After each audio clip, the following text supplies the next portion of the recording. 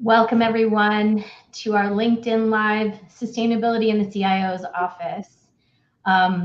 So as we wait for folks to join and click on the links and click on their calendar notifications, if folks could start telling us where they're dialing in from and talking about what they're expecting or hoping to hear from this event, that would be great. I'm personally dialing in from Brooklyn, New York, and it's gloomy here, so I'm hoping that this event is going to be part of brightening my day. My name is Rita Soni, and I am Principal Analyst for Impact Sourcing and Sustainability Research at Everest Group. And I'm really excited about today's LinkedIn Live because we have a special guest who's joined us because of a book that he's published. So, and I'm also joined by our partner, Jimit Arora. So as we're waiting for folks to put into chat where it is that they're from and what they expect or hope to hear from our esteemed guest, I'd love for Jimit and Nicholas to give us a quick introduction of themselves and where they're joining in from, since we can't type into the chat. All right, so good afternoon, everyone, or good morning. Niklas Sundberg, Senior Vice President and CIO for Global Solutions Division at ASSA ABLOY. Also author of the book, Sustainable IT Playbook for Technology Leaders. Been in IT pretty much my whole life, and before I joined ASSA ABLOY 5.5 years ago, I was a managing partner at Gartner, and I've spent my life in advisory and IT management roles, so to say. So looking forward to this session today. Lovely, and thanks, Niklas. Thanks, Rita. Jimit Arora. I'm a partner with Everest Group based in Dallas, Texas. I've been with Everest Group for the last 17 years and then working with organizations on a variety of transformational issues across their IT estate, sourcing estate, and GBS estates. And Niklas, thanks so much for joining us today. You're very modest in your introduction about the book, right? It is the #1 new release for IT and sustainability on Amazon.com right now. Yes, that's correct. So brilliant, brilliant. You're right. I'm a bit modest, that's for sure. You are very modest, and you know, just while we wait for folks to join in. And, while we kind of wait for folks to join in, the thing that struck me, we kind of started this conversation about 3 months ago at an event where we were talking about net zero. And I think it's been really interesting to see your whole commitment to this space. And we're looking to unpack some of that and what a CIO can do, right? To really enable this change is going to be important. So really glad to have you with us today. Thank you guys for the introductions. And yes, Nicholas, congratulations on that status of new releases. So I would love to hear a little bit more about where folks are dialing in from. We have one person dialing in from Sofia, Bulgaria, a place I would love to visit. So as part of us doing this work in sustainability, for our ESG related events, we celebrate this theme by partnering with an organization called OneTreePlanted.org. They're a nonprofit that's focused on reforestation. And while we know that within the plethora of things that could be done within the sustainability arena, tree planting is maybe low-hanging fruit, we're excited about the partnership as a way to engage with you, our audience that's on the call. So any comment that you put in, any reaction that you give us, any love that you send our way, or question marks, or maybe just letting us know that those are interesting ideas, whether you agree or disagree, all of that will result in getting a tree planted on your behalf. The last time we did this, we were able to plant 173 trees on behalf of the event participants, which I thought was a pretty great number. But it would be great for this event to beat that. So nope, I'm not very competitive. No, I do love competition. So again, thank you for for the people that have already commented in chat. But I'd love to hear more questions as well as comments.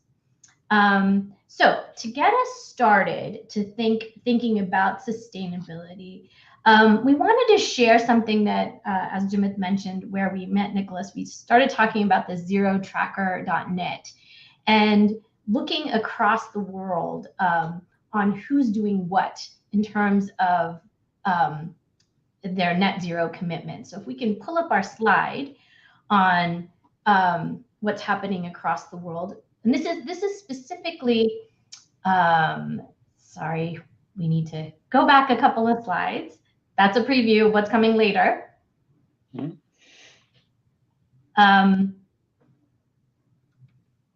Sorry, technical glitches here. I'm going to talk to you what it is that's on that slide.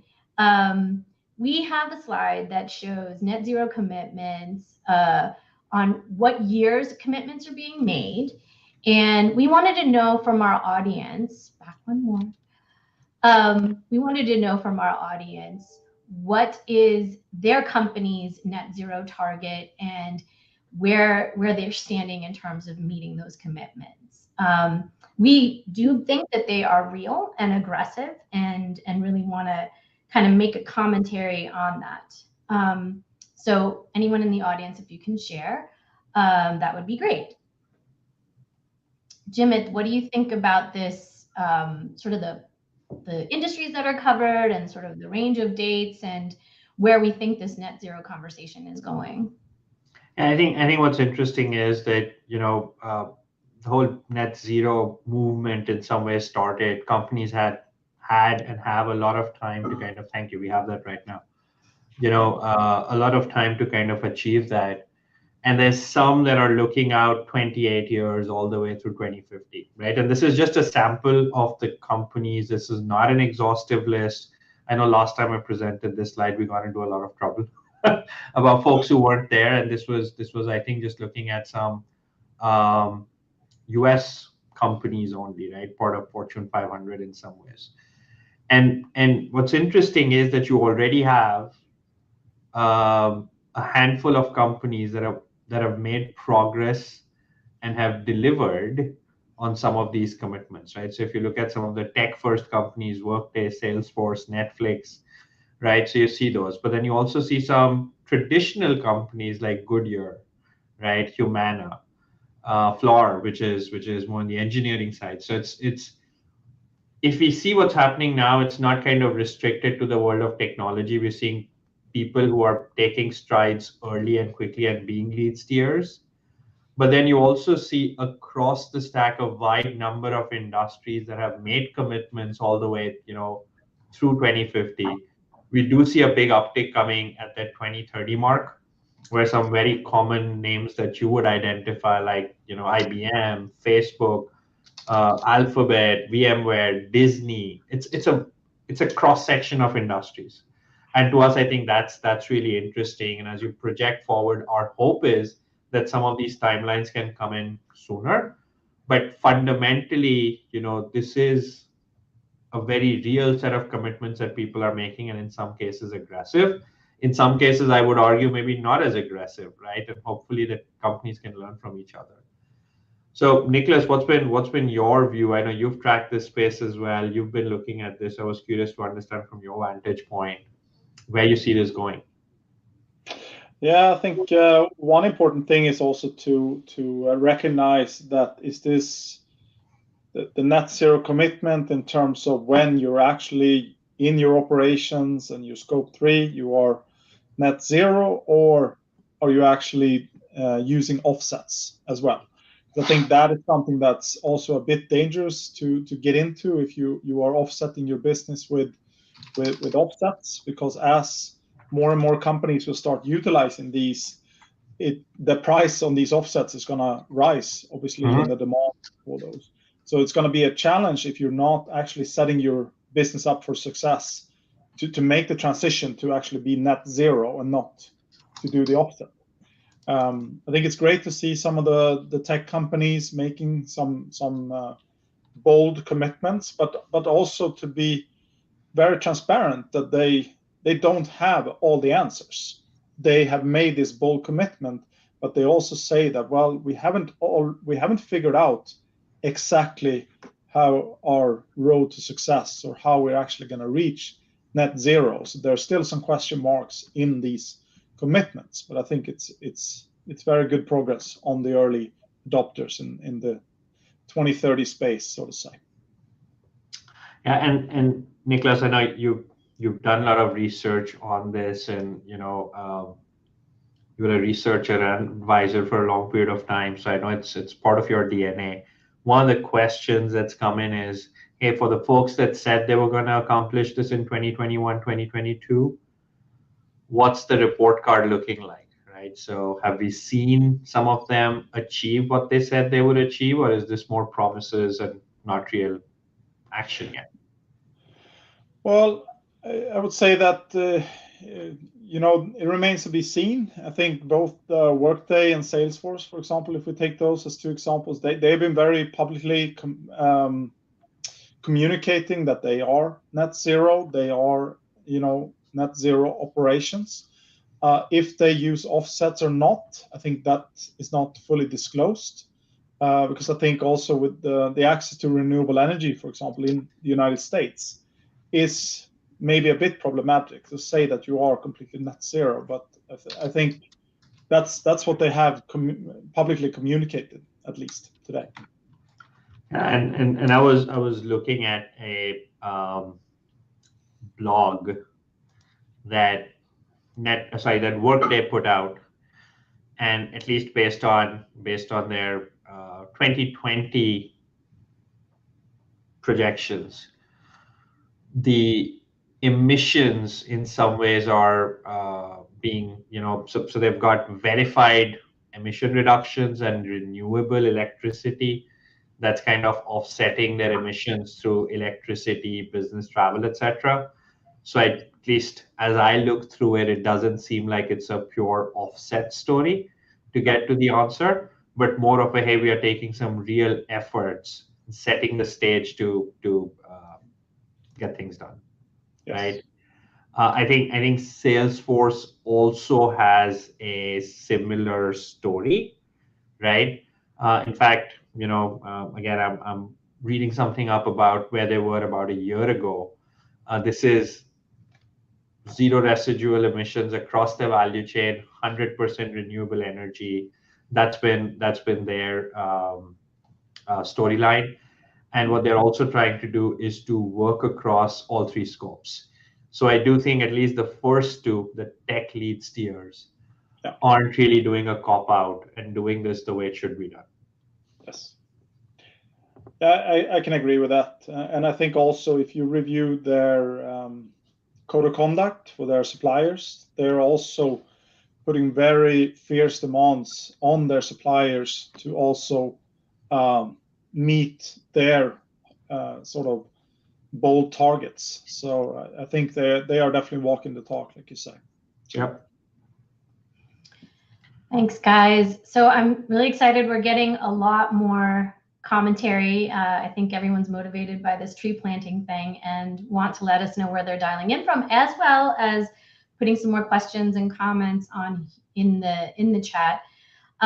Thank you everyone for dialing in from across the globe, from Denny, from Florida, from Connecticut, and New Jersey, my neighbor. So, adding to this question about the net zero, whether they've actually reached the net zero targets, the same person, Lamis, has asked if we can talk about what does net zero look like specifically in a technology company. I guess going forward, thinking about that not being manufacturing or with physical goods. So, Niklas, do you want to take that question? Yes, sure. So when we talk about net zero, we really talk about three categories. We talk about scope 1, scope 2, and scope 3. Scope 1 is really your direct emissions that you have within your company, within your operations. Then scope 2 is your indirect emission, but it's everything that you procure in terms of energy, heating, cooling that you use for, it could be for a data center, but it could also be for an office center, office building, or a manufacturing plant, for example. So that's really what sort of sits within your four walls of your company. Then the scope 3 becomes a bit more complicated, because here we're actually talking about what you consume in your supply chain network when you are buying raw materials or you're producing goods to be able to sell to your end customers. But you're also talking about your downstream in terms of your products and services that you deliver as a company into your market space. So there are really two facets to scope 3 that you need to be mindful of, both your supply chain network, but also your downstream impact on your products and services. Got it. So I think we've got some questions that are coming in that are actually addressed a little bit later in our presentation. So I think let's move back to the couple of slides that we have, which actually, thankfully, not like a webinar. We don't have 100 slides, just a few. So, I think what's interesting about this assessment that you've done, Niklas, is thinking about a model company and what it means to look at specifically how carbon emissions look for a technology company. And you've given us this model example. So can you walk us through this? And as Niklas is walking us through this, I'm going to ask great questions that are coming up in the chat, but also I'd like to hear from you, where are your companies in terms of their net zero targets? What are the targets they've set? And where do you have concerns, or where do you think there are major opportunities from reaching those net zero targets? Yeah. Great.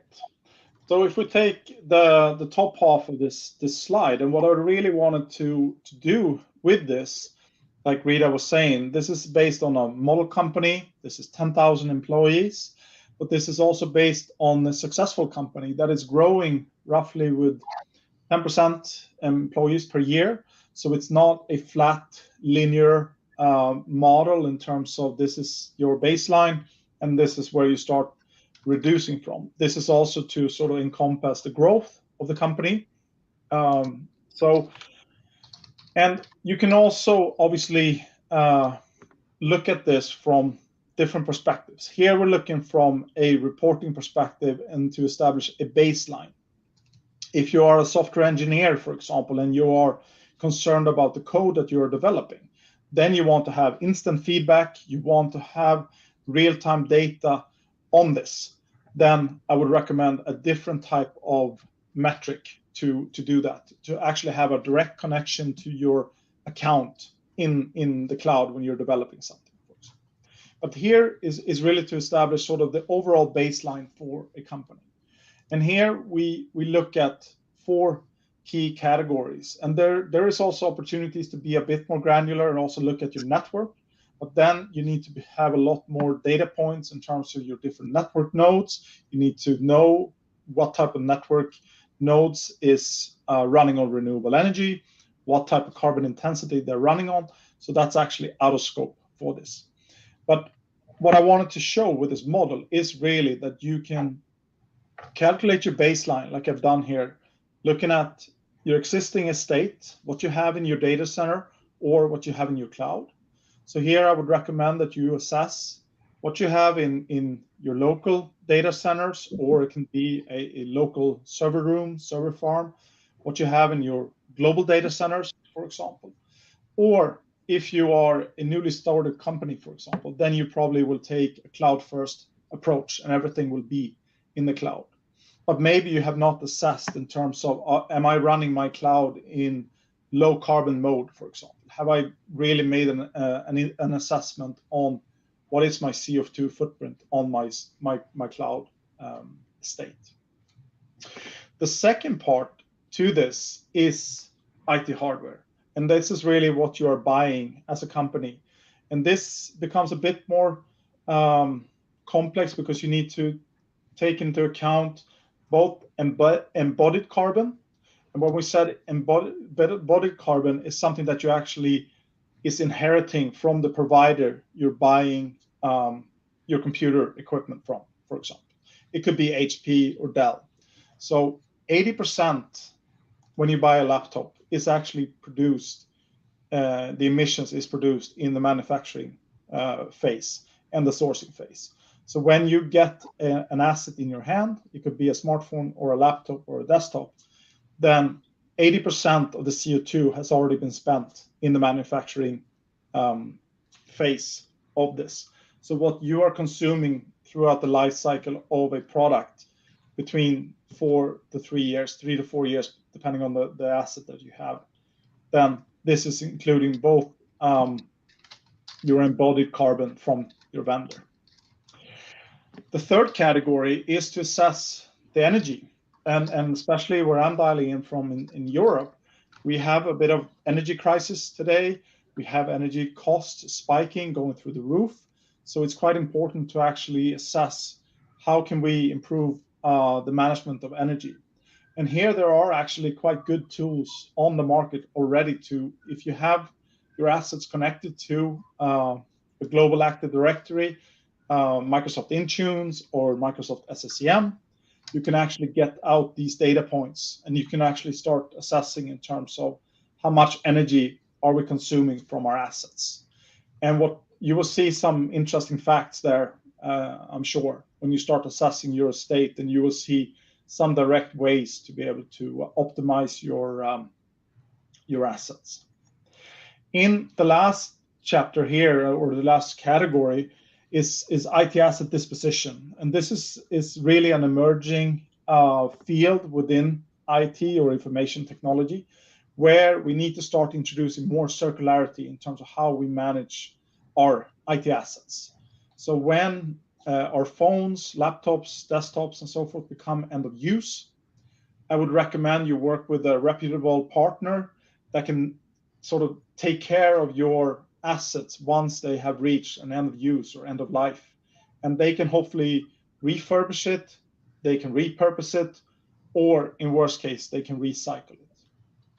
What really scares me about this today is that we are consuming roughly 57 million ton of e-waste per year. So this is equivalent to the Great Chinese Wall in terms of weight, or 126,000 jumbo jets in the air with e-waste. And this is expected to grow to roughly 70 or 75 million ton by 2030. So we need to start introducing a lot more circularity when it comes to IT asset disposition. It doesn't mean that you need to own your assets for 6 years, for example, because obviously that is going to reduce your carbon footprint. For every additional year that you keep your laptop or your smartphone, you will be able to reduce your carbon footprint by 25%. But I would also say that maybe there's an opportunity in terms of residual value to actually sell the asset after 3 or 4 years to an IT asset disposition vendor, and they can resell it and repurpose it in sort of a second hand, and to keep the asset alive for maybe 6 or even 9 years, so to say. I should be giggled in the middle of that, Nicholas, but yep. Our friend on chat, Trinda, said that that's a scary metaphor. Love the metaphor, but think it's definitely scary to think about the Great Wall of China level of e-waste, and I think that certainly is scary. And I think in your description of this model company, Stacy McGrath and Rajendra had asked about KPIs related to the CIO and what they should be focused on, and I think we've covered at least one side of the emissions, specifically on IT assets, and where that looks. Jimith, you were chatting with me about Goodyear. What were your thoughts there? No, I think there was some questions about how a manufacturing company is setting out such aggressive targets, and I think that's something need to go back and investigate, right? And whether or not something like that is feasible. I will say that I also saw a question around what leading financial firms are doing, and then I think this was from Deepak. Hey, what are some recent initiatives undertaken by the leading financial firms like JP Morgan, DBS? And I'll kind of put something in here, but Niklas, maybe you can comment on, if you're aware, which of the offset strategies in some ways, or which of the emission reduction strategies are working for them. Most of the big banks are part of the Net Zero Banking Alliance, right? Which is aiming, which is over 100 banks globally trying to get to the target of net zero by 2050. But part of what they're really trying to do in the near term is to reduce scope 1, scope 2 emissions by about 40%. So JP Morgan, as an example, has made that commitment that by 2030, they want to reduce scope 1, scope 2 by 40%, right? So when it comes to the lower side of your chart, Niklas, how can the IT organization contribute to that? Yes. So I think once you have your baseline, like we have on the top one, I think it's important to, and here, depending on the industry you're in, depending on the environment that you have, maybe you are a cloud first company today, or maybe you have everything on premise. You're going to have different levers to be able to pull them. What I wanted to show with this is really that this is a 10-year journey from 2022, where you have 7,600 tons of CO2. And by 2031, you're actually going to be at 2/3 in terms of your reduction of CO2 emissions. And here I have shown a few examples in terms of how you can pull different levers. And the data center and cloud, the easiest thing is obviously to use your resources more efficiently, but then also to move your workloads to low carbon mode or low carbon places, for example, where you have access to renewable energy. So one example in the US we see is that both Ontario in Canada and also Quebec, they have a lot of access to renewable energy. So there are data centers being built quite a bit in Quebec, just because they have a lot of hydro, for example. So that's a great lever to use. When it comes to IT hardware, I think there are other levers to use, maybe not to change the approach in terms of how you procure hardware, and to change the life cycle from maybe 3 to 4 years or even 5 years. But then you introduce modularity, where you have spare parts to be able to replace batteries, memory, SD-RAM, and so forth. But then also if you're using professional service partners, for example, most of them already have a laptop. So maybe you should just provision them with a shell device as a service in the cloud. I think that's also something that we see can reduce CO2 emissions quite dramatically, because then you're actually taking off the hardware off the table and you're running it on server side. Really energy management is definitely a great lever to be able to pull, both by choosing products that are more energy efficient, either E-Star or EPEAT or TCO certified products. Then you will be able to classify them as fairly energy efficient. But then also what we have seen globally when we look at our whole estate is that 30% of our IT equipment is not being turned off at night. So maybe that's a question for the audience. How many is actually turning off their laptops at night? Or because most people work 8 to 10 hours a day, but then if you don't turn it off and just idling, it is going to consume energy. And we saw that number is 30% across our company globally.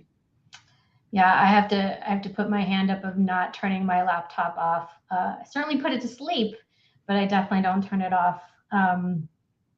That's good insight, I think. So I want to keep the conversation moving a little bit, and get into, I think we've already started getting into the what of what it is that folks can be focused on. And we had a preview of the 3 work streams a little earlier. So let's get into the weeds of the 3 work streams.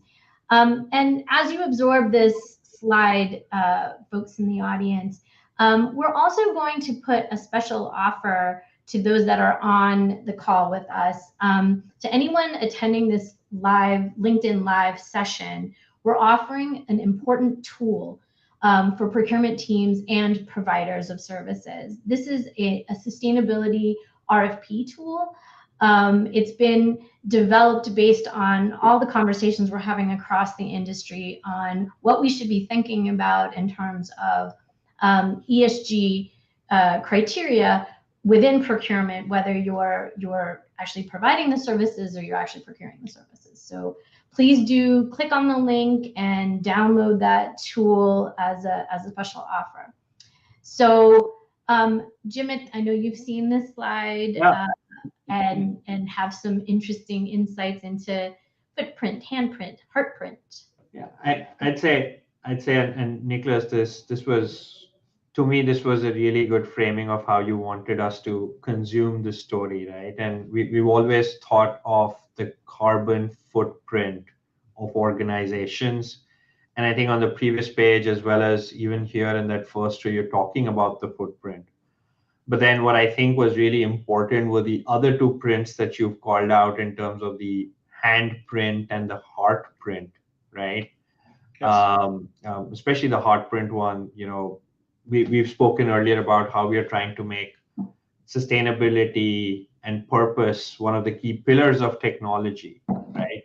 So as you think about that and where we are trying to take the organization, what caused you to come up with this framework? And if you could share a bit more about it, especially the handprint and heartprint, that would be really valuable. No, but as I worked through a model, I wanted to have something that sort of encapsulates the whole ESG when we talk about environment, social, and governance issues. So it's quite, you can get stuck in only talking about the environmental issues and the loss of biodiversity and so forth. But I think it's equally important to make sure that we have good social conditions. Where are our goods being manufactured? How well are the working conditions? What type of chemicals, hazardous substances are being used in the manufacturing, but also within the products itself? I think also diversity, equity, and inclusion is something that's extremely important to encapsulate, should not be overlooked. So I think the heartprint is equally important to this, to be able to develop a sustainable company that it sort of encompasses a number of key areas within ESG. And then in terms of where maybe the focus lies between different continents, I think in Europe, we are definitely more focused on the footprint and the handprint. And there's legislation coming with the EU taxonomy or the Corporate Sustainability Reporting Directive, which is coming into effect January 2024, which means that every company above 500 employees needs to start reporting on their scope 1, scope 2, and scope 3. So, but I think in the US, I think the tech for good or the heartprint is equally important. And that's also a lot that you hear from a lot of companies focusing on, because in the US, the social contract is it's a bit different from Europe. Yep. As a company in the US, you are expected to do good in your communities. You are supposed to be a bit of safety net for your communities and so forth. In Europe, we have a little bit different social structure in terms of how that social contract is between the public and the private sector. So I think the conversation is a little bit different, but I wanted to sort of have a framework which is also easy to remember in terms of your footprint, your heartprint, and your handprint.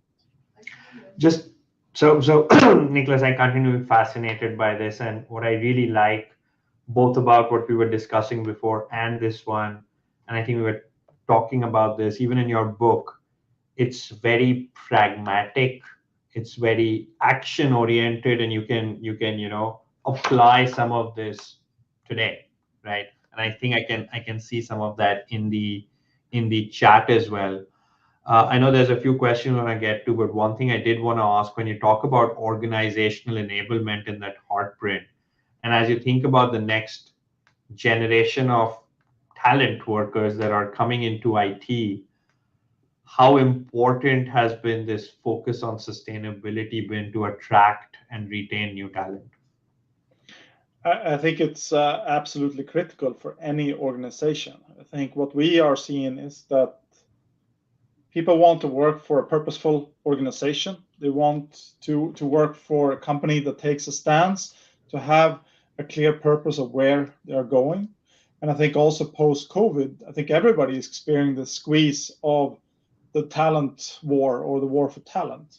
So to be able to show that we are a purpose-driven company, or that you are a purpose-driven company, is extremely important.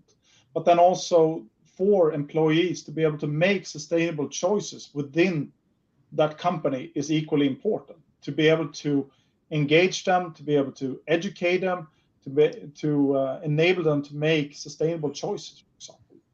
A simple things on the topic of IT is to offer refurbished smartphones in our IT service portal, where it actually states that this is a carbon neutral phone because you're actually buying a refurbished. It's a great quality, it's 2 years warranty, but it's still a refurbished phone.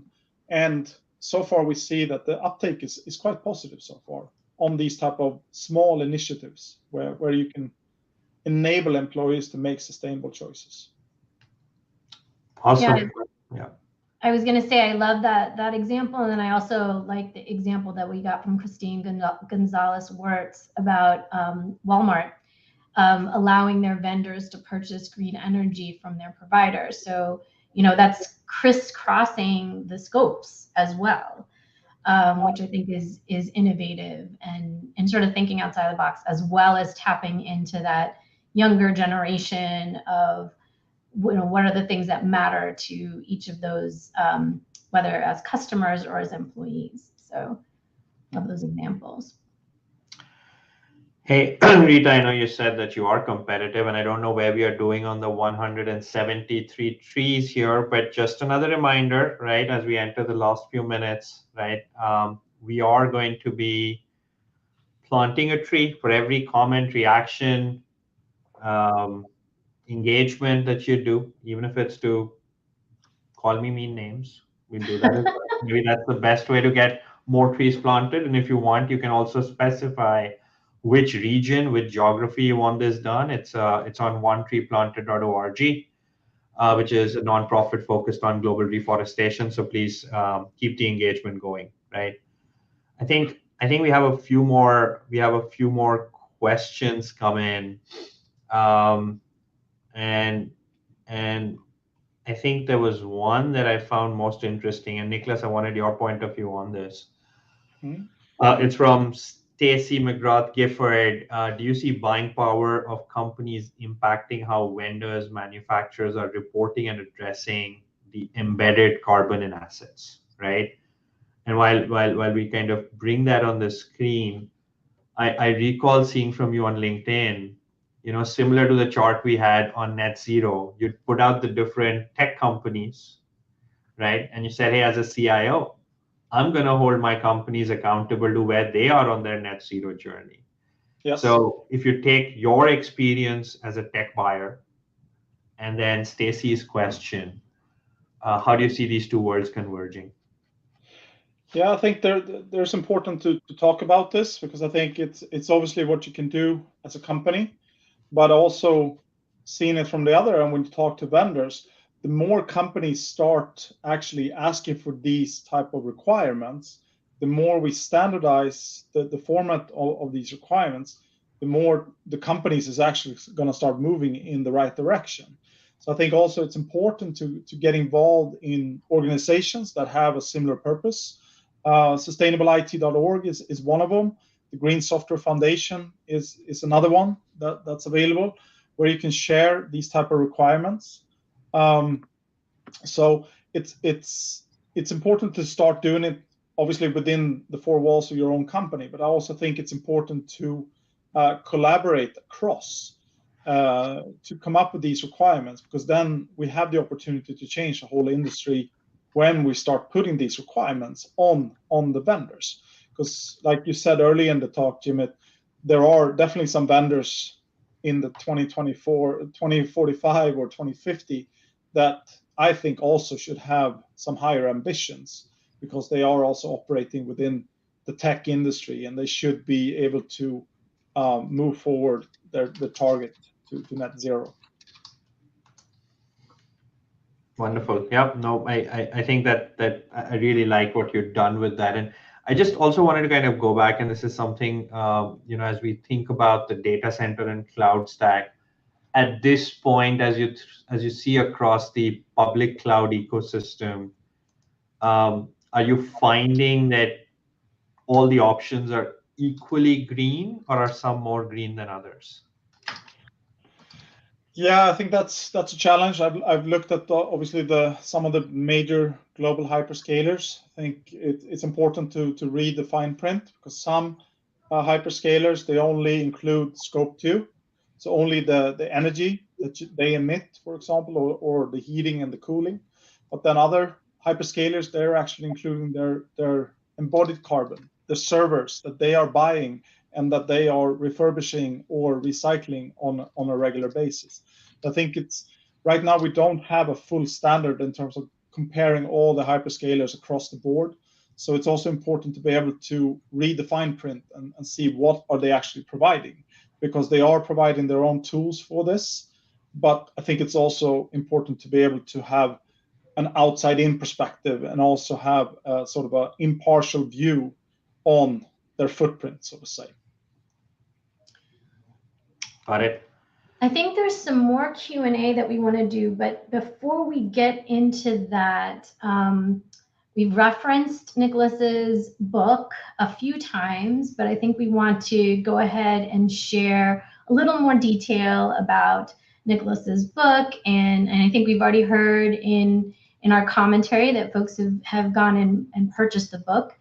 So Niklas, again, congratulations on this accomplishment.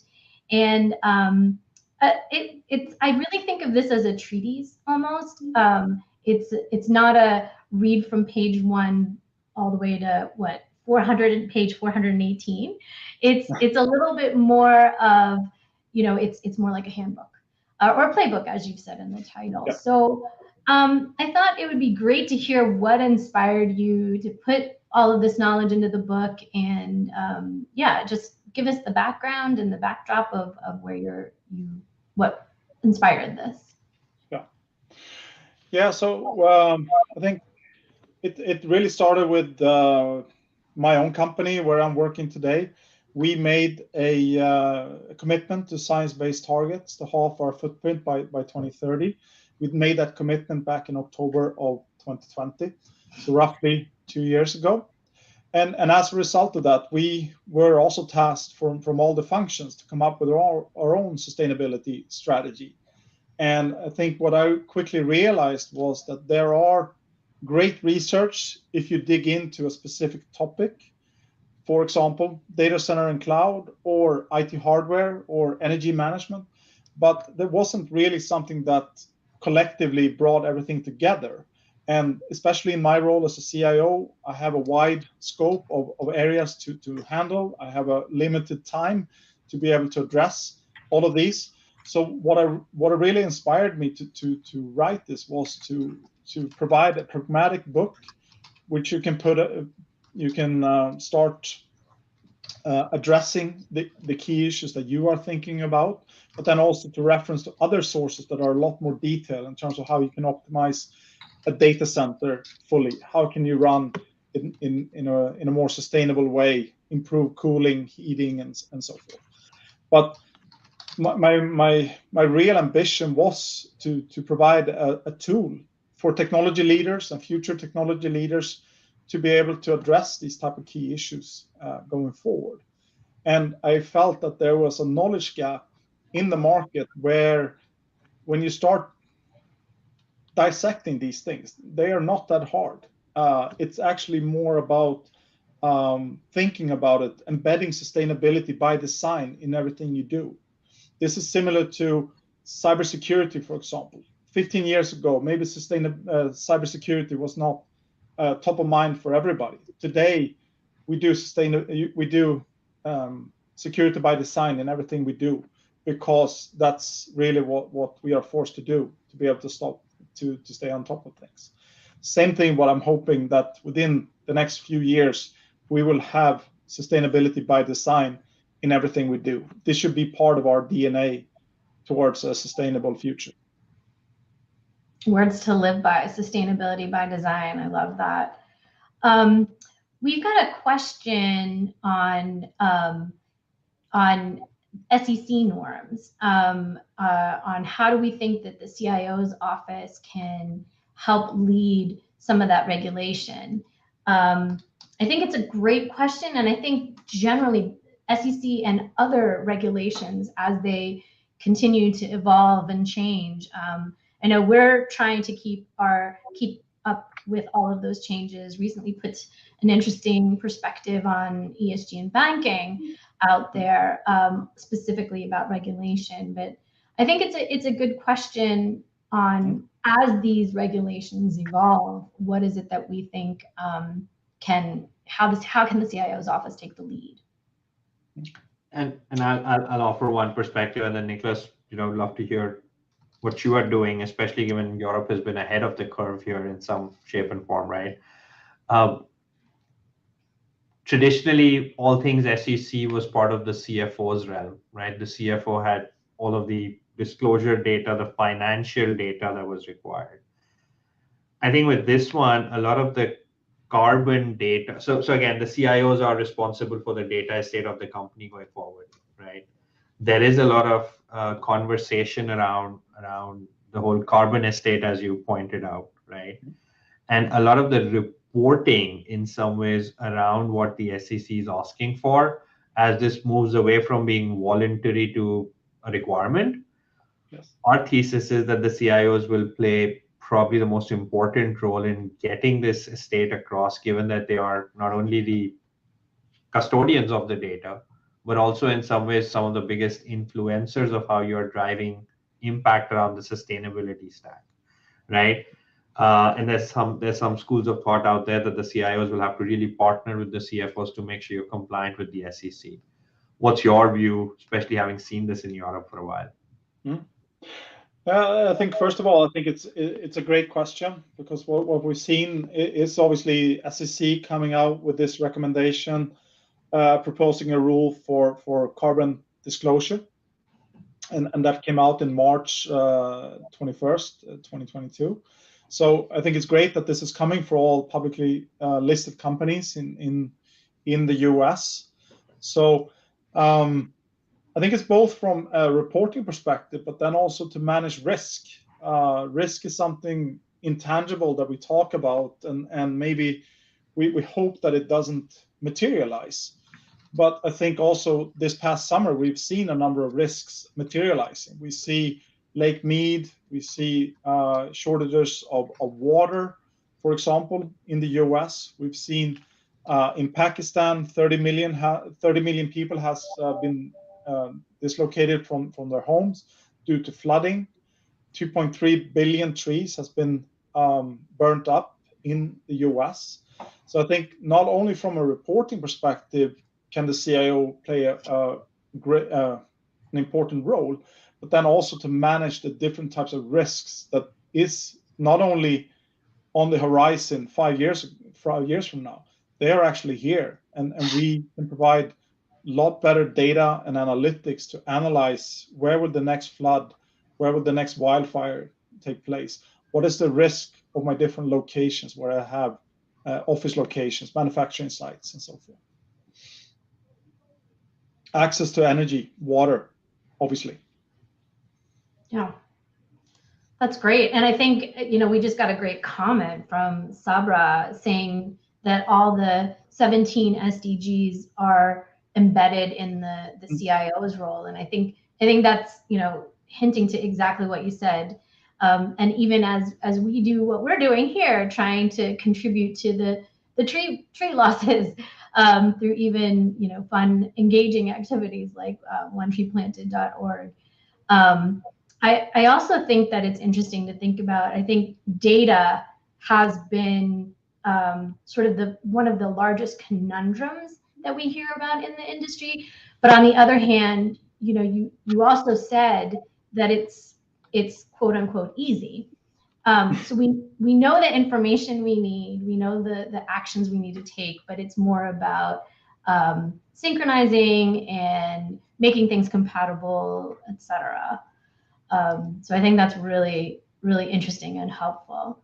I'm going to put out one more call. We just have a few more minutes to the top of the hour. If any further questions are there for Nicholas, for Jimit, for me, and really excited that we've had so much engagement and so many folks dialing in from across industries and across the globe.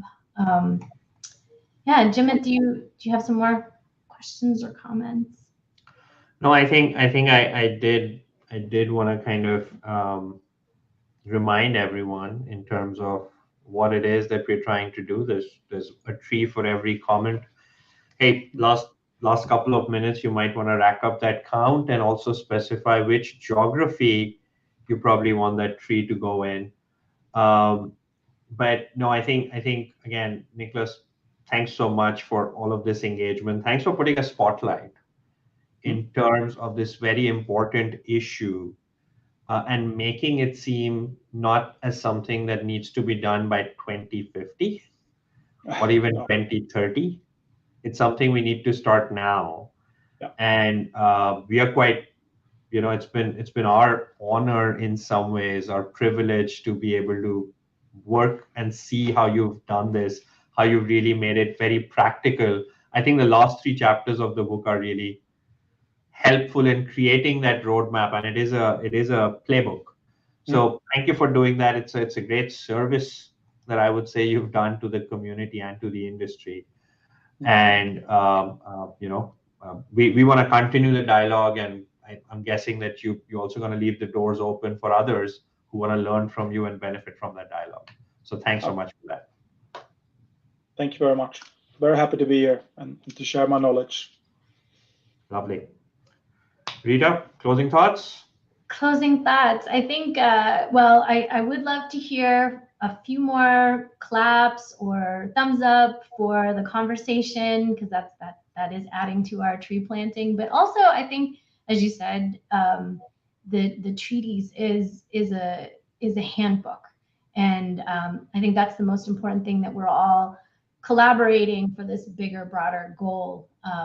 I like to talk about co-opetition in this space, that we've got competitors collaborating for this greater good, and I think that's exactly what we see in Nicholas's book.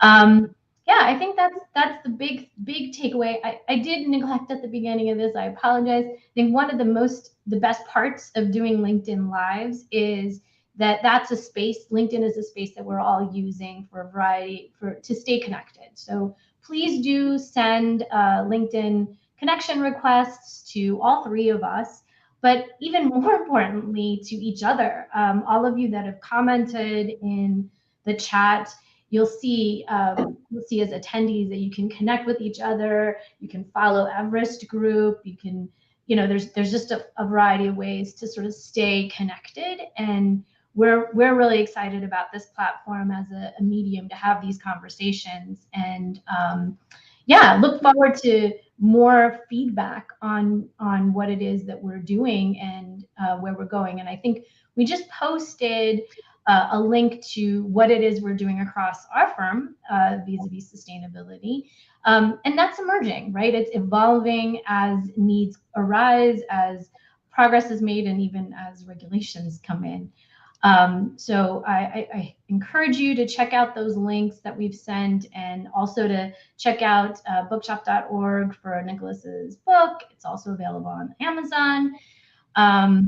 Yeah, I think that's it. And I'm going to ask my colleague to give me a latest number on where we're at as far as tree planting.